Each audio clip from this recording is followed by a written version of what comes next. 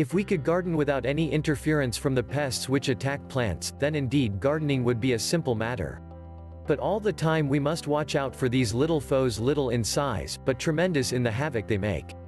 As human illness may often be prevented by healthful conditions, so pests may be kept away by strict garden cleanliness. Heaps of waste are lodging places for the breeding of insects. I do not think a compost pile will do the harm, but unkempt, uncared for spots seem to invite trouble. There are certain helps to keeping pests down. The constant stirring up of the soil by earthworms is an aid in keeping the soil open to air and water. Many of our common birds feed upon insects. The sparrows, robins, chickadees, meadow larks and orioles are all examples of birds who help in this way. Some insects feed on other and harmful insects. Some kinds of ladybugs do this good deed. The ichneumon fly helps too. And toads are wonders in the number of insects they can consume at one meal. The toad deserves very kind treatment from all of us.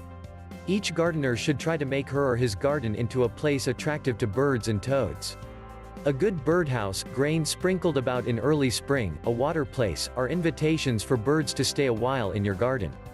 If you wish toads, fix things up for them too. During a hot summer day a toad likes to rest in the shade. By night he is ready to go forth to eat but not to kill, since toads prefer live food. How can one fix up for toads? Well, one thing to do is to prepare a retreat, quiet, dark and damp. A few stones of some size underneath the shade of a shrub with perhaps a carpeting of damp leaves, would appear very fine to a toad. There are two general classes of insects known by the way they do their work. One kind gnaws at the plant, really taking pieces of it into its system. This kind of insect has a mouth fitted to do this work. Grasshoppers and caterpillars are of this sort. The other kind sucks the juices from a plant. This, in some ways, is the worst sort. Plant lice belong here, as do mosquitoes, which prey on us. All the scale insects fasten themselves on plants, and suck out the life of the plants. Now can we fight these chaps? The gnawing fellows may be caught with poison sprayed upon plants, which they take into their bodies with the plant. The Bordeaux mixture, which is a poison sprayed upon plants for this purpose. In the other case the only thing is to attack the insect direct. So certain insecticides, as they are called, are sprayed on the plant to fall upon the insect. They do a deadly work of attacking, in one way or another, the body of the insect.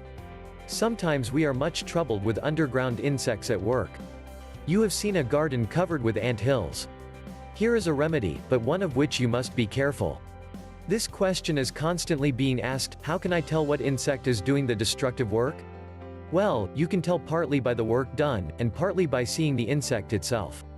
This latter thing is not always so easy to accomplish. I had cutworms one season and never saw one. I saw only the work done.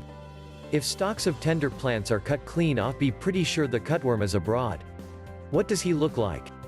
Well, that is a hard question because his family is a large one.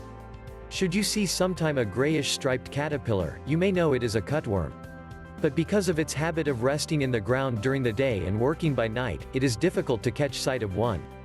The cutworm is around early in the season, ready to cut the flower stalks of the hyacinths.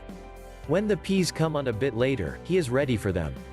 A very good way to block him off is to put paper collars, or tin ones, about the plants. These collars should be about an inch away from the plant. Of course, plant lice are more common. Those we see are often green in color. But they may be red, yellow or brown. Lice are easy enough to find since they are always clinging to their host. As sucking insects they have to cling close to a plant for food, and one is pretty sure to find them. But the biting insects do their work, and then go hide. That makes them much more difficult to deal with. Rose slugs do great damage to the rose bushes. They eat out the body of the leaves, so that just the veining is left. They are soft-bodied, green above and yellow below. A beetle, the striped beetle, attacks young melons and squash leaves. It eats the leaf by riddling out holes in it. This beetle, as its name implies, is striped. The back is black with yellow stripes running lengthwise. Then there are the slugs, which are garden pests. The slug will devour almost any garden plant, whether it be a flower or a vegetable. They lay lots of eggs in old rubbish heaps. Do you see the good of cleaning up rubbish? The slugs do more harm in the garden than almost any other single insect pest. You can discover them in the following way. There is a trick for bringing them to the surface of the ground in the daytime. You see, they rest during the day below ground. So just water the soil in which the slugs are supposed to be. How are you to know where they are? They are quite likely to hide near the plants they are feeding on. So water the ground with some nice clean lime water. This will disturb them, and up they'll poke to see what the matter is. Beside these most common of pests which attack many kinds of plants, there are special pests for special plants.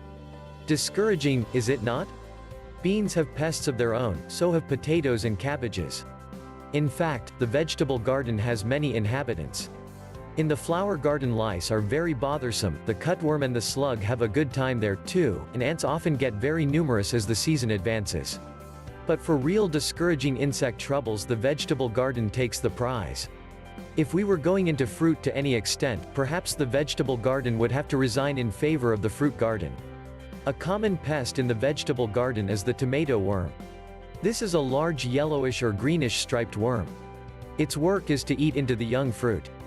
A great, light green caterpillar is found on celery. This caterpillar may be told by the black bands, one on each ring or segment of its body. The squash bug may be told by its brown body, which is long and slender, and by the disagreeable odor from it when killed. The potato bug is another fellow to look out for. It is a beetle with yellow and black stripes down its crusty back. The little green cabbage worm is a perfect nuisance. It is a small caterpillar and smaller than the tomato worm. These are perhaps the most common of garden pests by name.